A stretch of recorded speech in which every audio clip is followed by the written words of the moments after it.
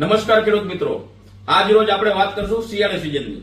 તો શિયાળુ સિઝનમાં જે આપણે પાકનું વાવેતર કર્યું છે તેમાં છે જીરું, ચણા, ઘઉં, રાયડો, કલોંજી, ધાણા। તો આ તમામ પાકમાં આપણે ફ્લાવરિંગની દવાની જરૂર પડતી હોય છે।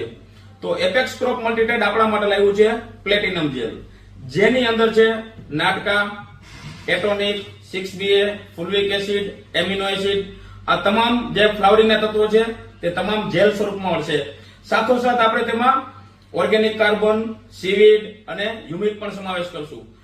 તો આપણે જે પ્લેટિનમ જેલની વાત કરી, તો આ જેલ આપણે એક તમામ ફ્લાવરિંગ માટેના તત્વો પ્રોવાઈડ કરશે, જેના હિસાબે ગ્રીનરી આવશે, છોડમાં સારું એવું ફ્લાવરિંગ થશે, ફ્લાવરિંગ ડ્રોપિંગ થતું હશે તો બંધ થશે અને ફ્લાવરિંગ માંથી ફ્રૂટમાં ઝડપથી કન્વર્ટ થશે।